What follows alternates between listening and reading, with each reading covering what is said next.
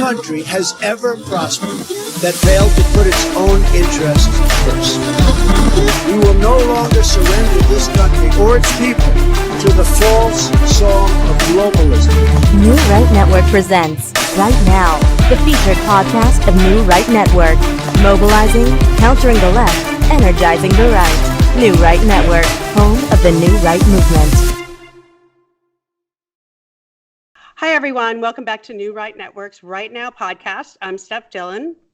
And joining us today is a woman that needs no introduction with this audience. She's a conservative warrior, a journalist, and the author of the awful new book, Open Borders, Inc. It's welcome, Michelle Malkin. Thank you so much for joining us. I know you're coming off traveling all around doing ICE rallies. Yes, I am. Thank you for having me, Steph. Sure. Now, this was a bad book. All the organizations that are involved in this open border situation, the more I went through the pages, the less hopeful I became. Everyone's involved. But I think the thing that hurt me the most was my church. I'm a Catholic, and I don't have a church anymore, even with this Pope. But reading your book, these people are human traffickers. Yes, they are. Steph, I've talked to so many rank and file Catholics over the course of the book tour, and then really over the last several years. Many people within our church, I am a Catholic too, have gained an increasing awareness of just how deep-pocketed the financial interests are within the Vatican and with this horrible Pope Francis, who self-anointed himself the leader of the anti-Trump resistance, really, pretty much every day, waking up for something in the headlines as a pretext to be able to attack our president, and by extension, of course, attack American sovereignty. And that is the intended goal, I think, of a lot of these left-wing social justice warriors in pretty much every major diocese in America. So I do trace a lot of the money. And again, this is not going to be new. The general idea, for example, that the U.S. Conference of Catholic Bishops is very heavily involved in the movement, the political movement, partisan political movement, to grant amnesty to millions of illegal aliens. It's not new to woke Catholics that the goal here is to fill the pews. But I think the amount of money that's filling the collection plates and being funneled to everything from an illegal alien shelter network that stretches from Central America to Mexico into the country, to the billions that are reaped by many sub-organizations under the Catholic bishops for the refugee resettlement program. So I really tried to break down those numbers for people to make them more aware of how they need to hold their own church leaders accountable for squandering all of their hard-earned tax dollars and bucks that they put in those collection plates that's not going to their neighbors and friends and fellow citizens. And it's not protecting or helping or serving American Catholics. It's furthering the goal of, I mean, let's be honest, one world government people, right? George Soros, right? He wants a one world government. And what is necessary to do that? That is the dissolution of the United States Constitution. Has any Catholic, does that serve any American Catholic? It certainly doesn't. And I think what's encouraging, and you can see this in the chapter in the book on what I call the unholy alliance between the Vatican Catholic Church and these amnesty profiteers. There are a few notable leaders, renegades within the church, who have criticized the open borders faction that has such a monopoly at the top level. And I quote one of them, who was a Black Catholic bishop on the East Coast, who lambasted this whole open-ended welcome the stranger perversion. Right. And he said, well, heaven has a rather strict immigration policy. I love that. And the selective reading of scripture by so many of these open borders bishops has been appalling to immigration enforcement Catholics. Many parts of scripture talk about the need to respect civil law and civil order. And without strong walls, you can't have strong countries. And if America is not a strong and sovereign country, we certainly can't guarantee religious liberties to Catholics or any other denomination for that. Or anybody, exactly. And the thing that bothers me most about it is I think it's about the money, right? The church is really mad because under Trump, they have lost some refugee resettlement money. Mhm. And it's all about money. And they're using our desire to be good Catholics and twisting it for their own profit. And, I'm still a Catholic, but I'm not a member of that church. I can't be part of that. Yeah, that's so well said, Steph. I feel the same way. And I think for a lot of rank and file, conservative, limited government Catholics, there's so much that the Catholic elite has done wrong, and this is just one aspect of it. The fact that Nancy Pelosi and Joe Biden haven't been excommunicated from the church and are welcomed as commencement speakers at Notre Dame or Georgetown is I thought the Pope rewrote the Bible to make abortion the right thing. Yeah, Yeah. yeah, pretty much. And then I Arrogance. note that when the cover-ups of the pedophile scandals were first erupting, obviously got a lot of mainstream press coverage because it serves their own narratives and purposes. What you had was rank and file Catholics who were disgusted by that conspiracy burning their collection envelopes. And I think that we need to have a replay of that because once people read there's actually two chapters where I talk about the open borders Catholic elite. Chapter 3 on the Catholic Church itself, and Chapter 4 on the wretched refuse and the refugee resettlement. Between those two things, if you haven't completely burned every last donation envelope, I don't know what you're waiting for. Yeah, absolutely. Yeah, I've been since I read that whole chapter, I've been hitting the Catholic charities on Twitter. Fantastic. Nope. I love it. Yes, I mean, we have to hold these people accountable, and it will take people like you, Steph, and your viewers and followers to raise their voices. We really have to have a sort of inside the movement, inside the church, grassroots revolt here. Yeah. That's how there finally was accountability with regard to the pedophile scandals. And remember, the only way that you make these people change anything is if you hit them in the pocketbooks. Well, that's what it's all about. Yes. Right. From top to bottom, that's what it's all about. Yeah. The other thing that really bothered me in your book is I thought Save the Children and Doctors Without Borders were these charitable organizations that's just traveling around helping unfortunate children. Yes. But they're human traffickers too. They really are. And I know it seems extreme and hyperbolic to describe them as such. I wish it was. I know, but I base my descriptions on the actual results and consequences and not on the supposedly good intentions. And I tell this story about Save the Children, and it's a personal story. And actually a lot of people haven't asked me about that. So I'm so glad, Steph, that you did. My son is a little performing artist, and when he was in elementary school, he was designated a Save the Children ambassador. He got to go to New York City, big conference, sang pop songs on stage. And great. Right. And I never thought, I think I should really research this organization. It's called Save the Children. Who could be against that? Oh my but God. it turns out that when you look at the trafficking, and that's what it is, that they do in Europe, all along the Pacific Ocean, from the coast of Africa onto the southern shore of Italy, they actually operate boats that bring illegal alien migrants across, risking their lives and erasing any kind of borders or sovereignty of the countries that they're dumped in.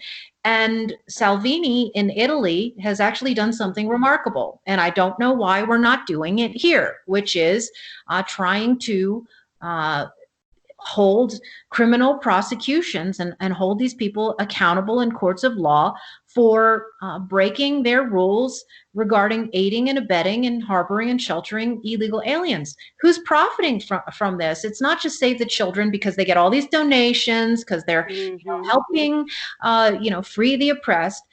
But it's the coyotes right, that are making out of like bandits because they've got to be paid off for final passage. For the last the leg last of the part. trip Exactly.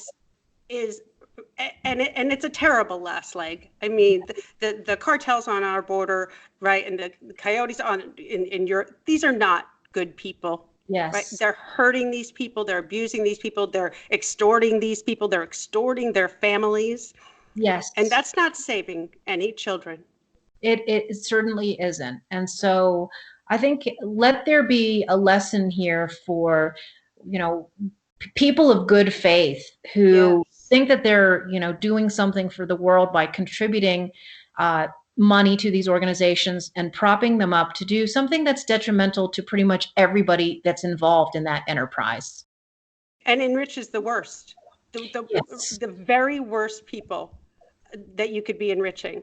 And I just don't understand why they're doing it. I mean, you don't start an organization like Save the, I guess, they change leadership and over time, right? Because I'm going to say, you can't start an organization like that and be so callous to the human suffering that you intend to cause. But I guess it's like everything else, right? The progressives get their way into these organizations that already have a level of established trust, and then they change the mission or, corrupt it. Yes. That I would say is definitely true of Save the Children. There were probably founders of Doctors Without Borders, though, who have always conceived the planet as a borderless world, you know. That makes sense. And but I think that the people who donate to them sort of have this kind of utopian Emma Lazarus hazed view that that we can operate in a sovereign country while we're donating money to organizations that are doing everything in their power to destroy us. And that's definitely true of Doctors Without Borders, whether they are operating their migrant ships in Europe or whether they're operating illegal alien shelter networks along the southern border. I mean, I get it. They see human suffering. I mean, I understand that. A lot of the people who I name in Open Borders Inc. Really do feel that they're doing good for the world. And I don't want to diminish that. But I think as conservatives, again, we have to look at results. And we have to think about the consequences of all of these policy decisions and policy failures and these pull factors and magnets that NGOs are creating in terms of what it does for us. And, you might think of that as very selfish. And, the far left and the media and Hollywood always cast us as selfish and cruel. But what could be more selfless than wanting to protect what we have for our children and our grandchildren and posterity? What's the point of a sovereign country if that's not what it's about? And further, we are a force for good in the world.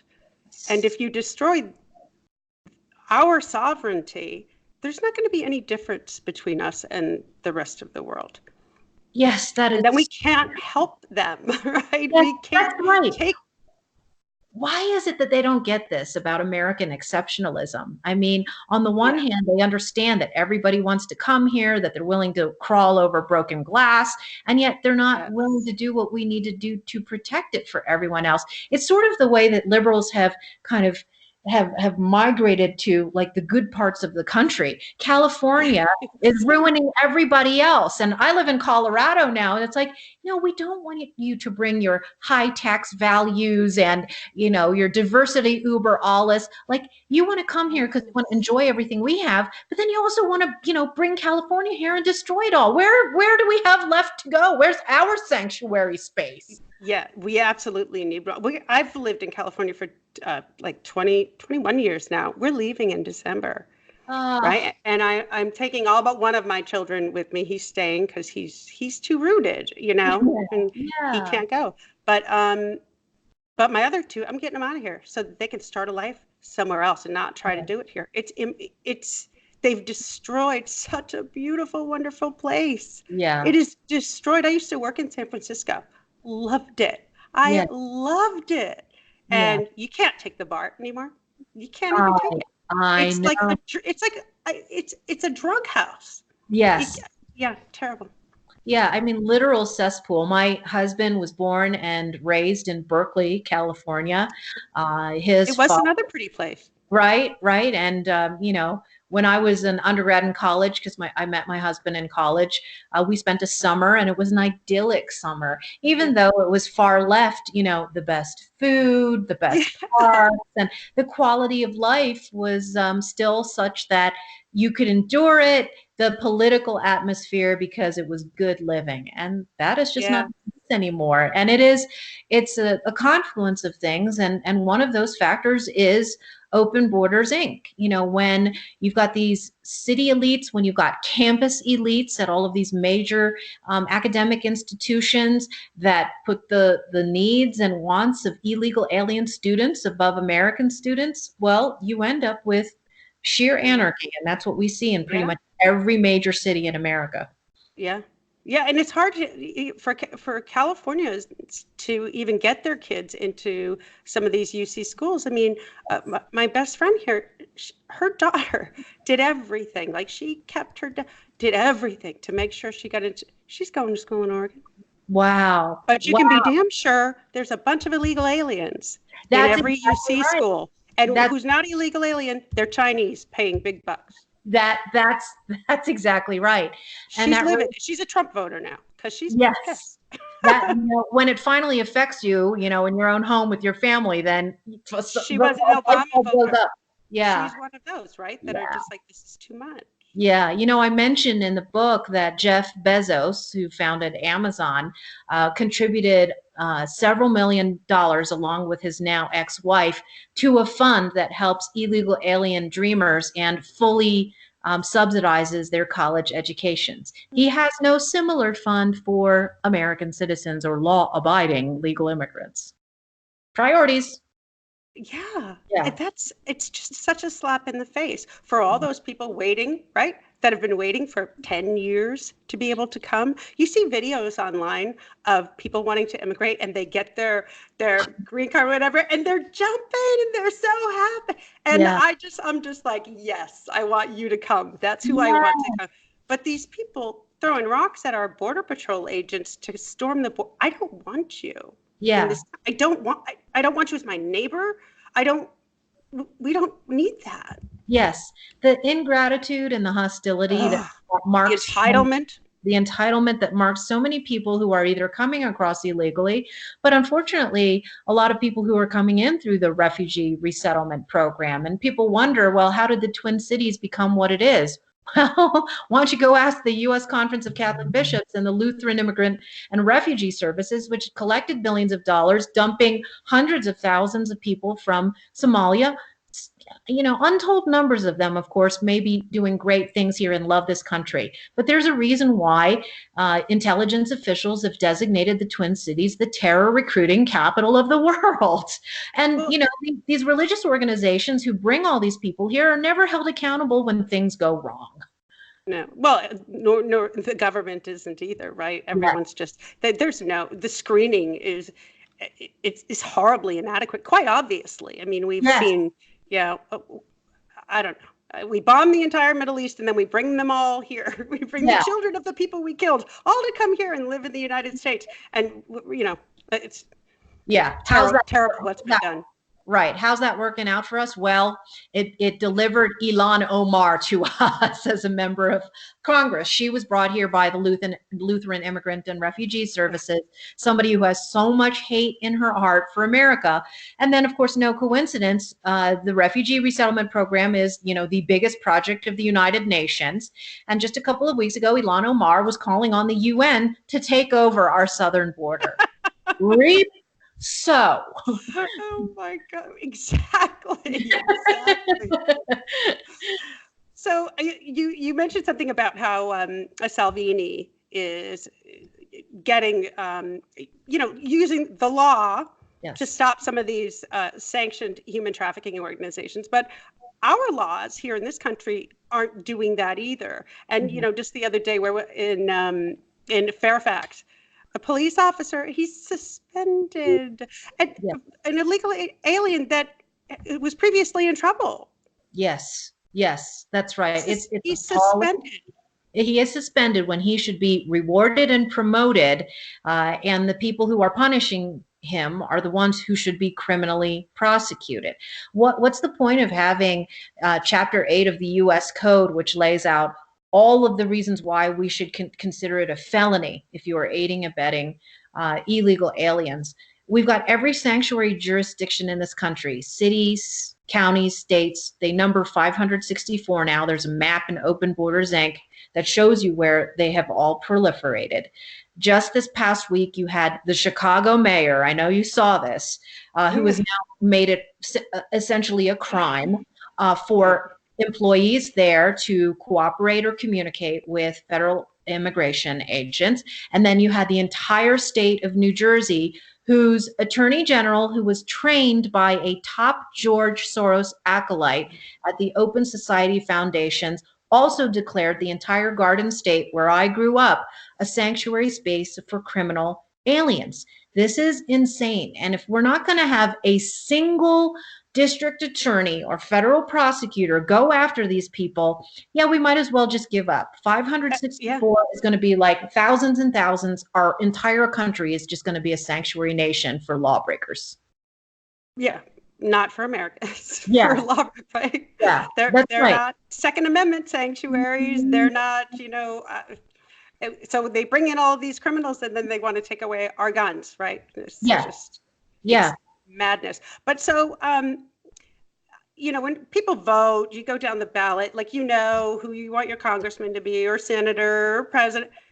And then there's all these judges, and sometimes there's these district attorneys, and the progressives are getting a lot of help as far as getting the right people into these positions.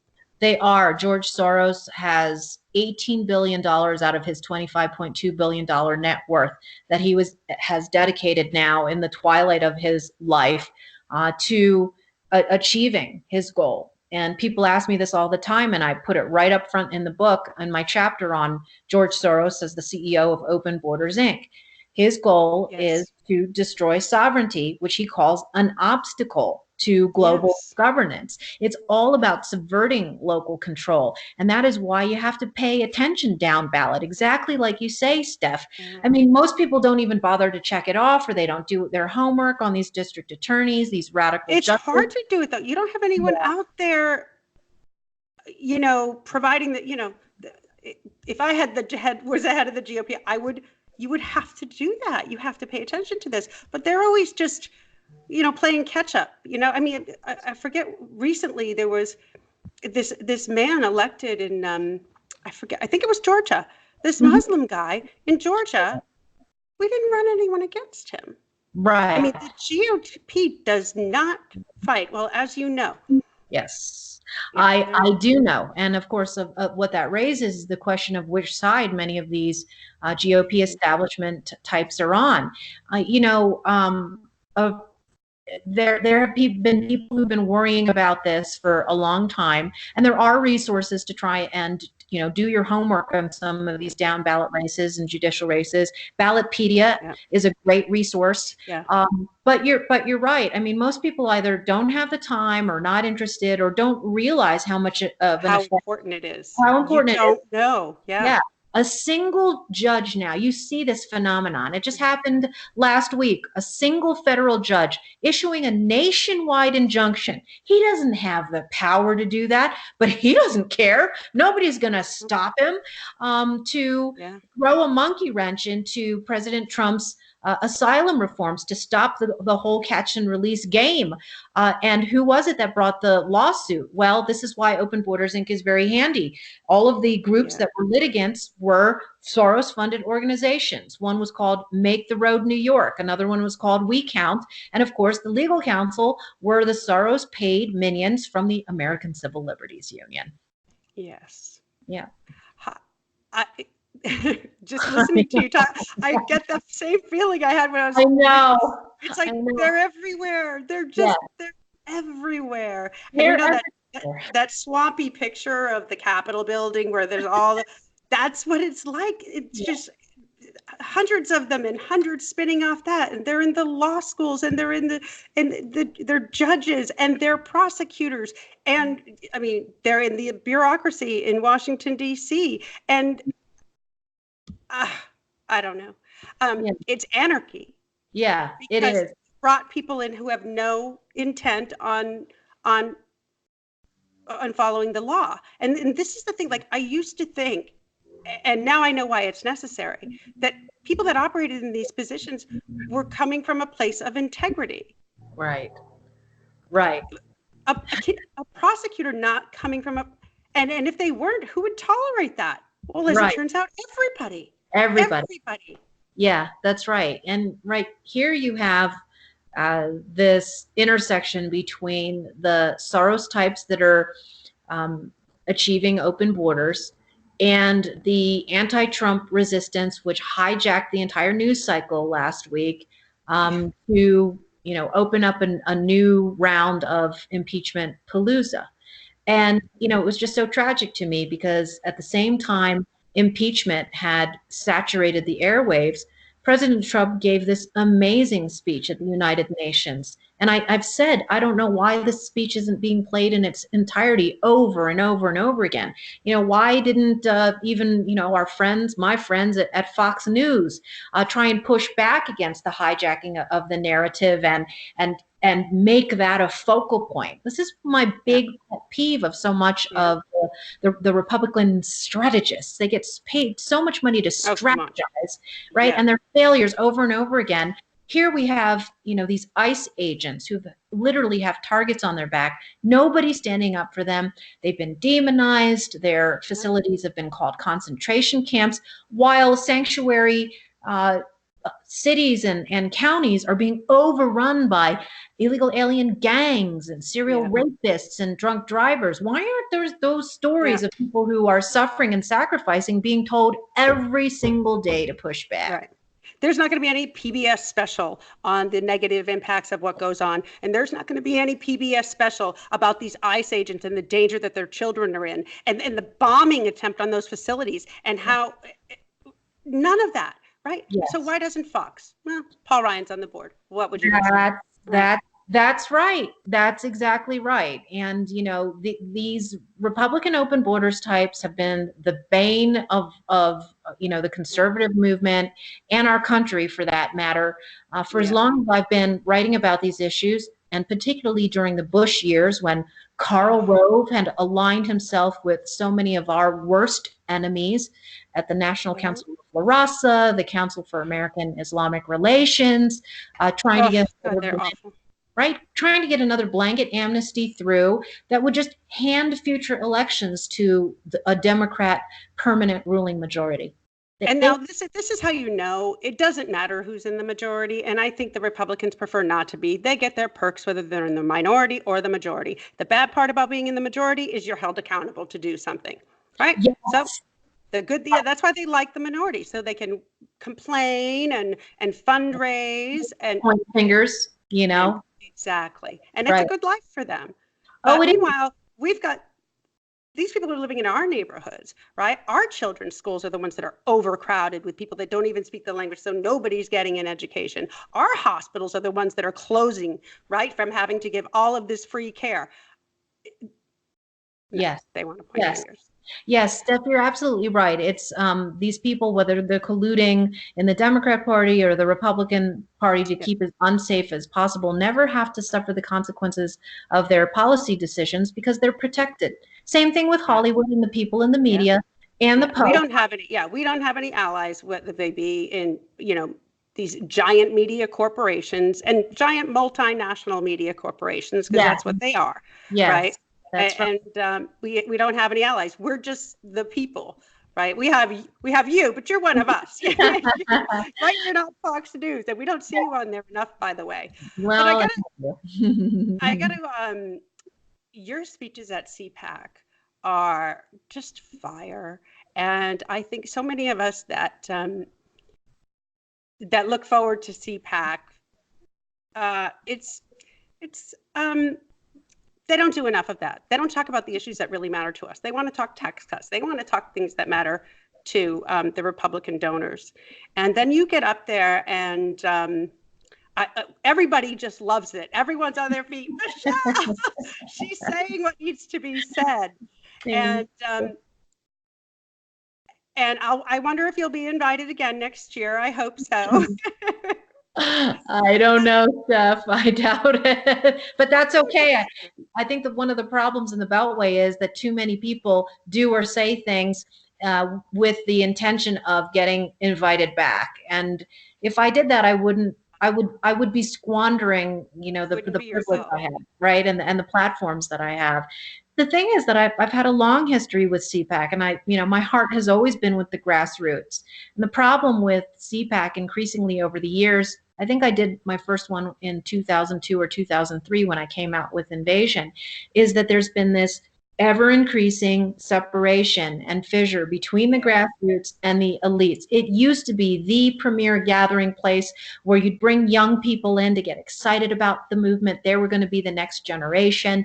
But when the elites took over and essentially the conference became a pay-for-play scheme, with everything else in the Beltway, you ended up with what happened in February, right before I got on to speak. You calculated the number, cumulative minutes that had been spent on the most important issue facing America, immigration and sovereignty, and it was a grand total of 13 minutes. And just a handful of obligatory panels. And you have it exactly right, Steph. I mean, sort of the traditional Republican Beltway swamp issues, which, sure, they're important, but in the larger scheme of things, when we're fighting for our very survival, the idea that you would spend 5 times as much time on the ex-Im Bank, right? Or enterprise zones when we have no-go zones in America. Yes. Yeah. Let's talk about zones. So this is what happened, I think, with a lot of the candidates that the Tea Party sent to Washington. You send them to Washington, and they're one of us. They hear us. They know us. They're part of this. You send them there, and they increasingly they become a little richer. They become a little bit more in the system in DC, and they turn into Paul Ryan. Yeah. And this is one thing I wanted to ask you about is Matt Schlap, whose wife is an advisor to the President of the United States. Yes. Has a lobbying firm. Yes. And his lobbying firm takes millions of dollars from open borders groups. Yes. How do we square that? Yeah, it's impossible to square, and you do have to follow the money to find the truth. And Matt and Mercedes have a lobbying firm called Cove Strategies. And for every single year since President Trump took office and Mercedes Schlap was enveloped into the White House creme de la creme, that lobbying firm has increased its income every single year. It's multi-million dollars. And one of their top clients is a seasonal foreign workers association that lobbies for ever expanding limits on the number of H-2B workers that are coming in. So these are low wage workers who, yes, they are taking jobs from Americans who would do them. I know because I've traveled all across the country and meet hardworking Americans that do these kinds of jobs. They have no idea that, squirreled away inside the Trump White House is somebody who has used her position, married to the head of the so-called American Conservative Union, who uses the backstage and green rooms of CPAC to cozy up to conservative public figures and media figures to get them to get on board the H-2B expansion program. And that's what they did to you at CPAC, right? After you got out of the seat. Steph, I'm so delighted that you asked me about it, because I thought for sure when I came out with the book 3 weeks ago ago that this would be, this should be headline news in the conservative movement. I get done this scorching speech talking about not just the Soros left, but the big business right. Part of that speech, I don't know if you'll remember, but your viewers can just go look it up on YouTube. CPAC 2019. Yeah. That CPAC 2019, Michelle Malkin, I went after the organizers of CPAC for welcoming Van Jones to the stage when so many immigration enforcement patriots and young people who call themselves nationalists are banned from CPAC. This guy, Van Jones, and Color of Change, which is borders. Open Borders, subsidized by Soros, is welcomed with open arms, literally hugged by Matt Schlap. And then I finished my speech, and I'm backstage, and there are a couple of people that sort of gingerly said, "Good job." Many more people that sort of backed away from me like I was right. Right? Yes, a white supremacist. Right, that's right. That's me. Right. And some clueless lobbyist who had paid his way to get backstage, whispering in my ear, "I agree with you. I'm not for illegal immigration. But hey, and then he slickly slips me his card and says, "But we really should talk about the need to expand H-2B." I'm like, did you not hear anything I said? Obviously not. I mean, it's just stunning. It's such a club. Yes. Right. It is such a club. And I've worked on a couple of campaigns. Tim Donnelly's campaign was great. I love it. He was perfect. Yeah. And by the way, Paul Cook is out. So, let's get him in. We got to get him in. Yeah. But, and another one in a guy that was running against Ted Lieu. But the whole culture, right, of that, is everybody's washing everybody's hands, right? I'm going to do this for you, right? That's the whole culture, even of kind of smaller campaign people, right? I can only begin to imagine that culture that goes on in DC and at the higher, levels of the Republican Party. Yeah. Which is exactly what you said. Oh, we got to talk. And you would have been paid handsomely to have that talk, I'm sure. Yes, exactly. Yes. It's disillusioning, especially for people who are just being introduced to the conservative movement or nationalist movement. I don't know, whatever you want to call it, populist. I've always been with the populist wing of the right. And Phyllis Schlafly was a huge influence on me.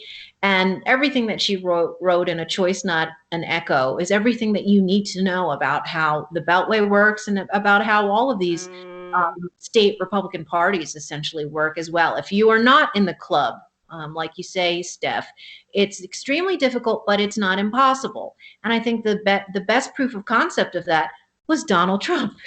He was not a member of the Paul Ryan, Karl Rove Bush family club. No. And they're going to try and take him out again. But look, I know you're just getting off a plane and you're traveling everywhere. And I'm going to tweet on my Twitter your Stand With ICE rallies that you're doing and your book signing. So we'll get that done. But I just want to ask you one more thing before I let you go get some sleep. Yes. And that is impeachment. What's your take on it? This is just another dead end train. And the Democrats rode the Russia collusion hoax train until they slammed into a wall. They've switched lines now. It's not going to go anywhere, but that really isn't the point. The is disruption. The point is distraction. And I do give the far left credit. They're disciplined. They're on message. They don't throw their people under the bus like we do all of the time. All of the time. That's why we're such a mess. And so it looks like chaos in the Democrat Party, but in fact, they're very focused on their goals. And maybe those feckless Republicans in Washington could learn something from them and take a page from it. We'd be if they wanted to win. They don't. That's right. That's exactly. They don't. They'd be just as happy for Trump to go, I think. Oh yeah, you see that for sure. Yeah, absolutely. So everyone can find you, Michelle Malkin at Twitter. Everybody knows that. And Facebook, is it Michelle Malkin also on Facebook? It's the right RIGHT, Michelle Malkin on Facebook. Okay. And this is the book that's going to ruin your life, but it'll give you it's going to give you a nice pathway to who we are actually fighting in this battle against open borders. And it helps you take everything that you see and hear around you and refer to the appendix in the back to see if that person or that group is listed among our Open Borders Incorporated members. So get some rest. Thank you so much. What a pleasure to talk to you. We'll talk soon. It was a pleasure. Thank you, Steph. Take care. Take care. Bye. You've been listening to New Right Network, mobilizing, countering, energizing. Online at newrightnetwork.com.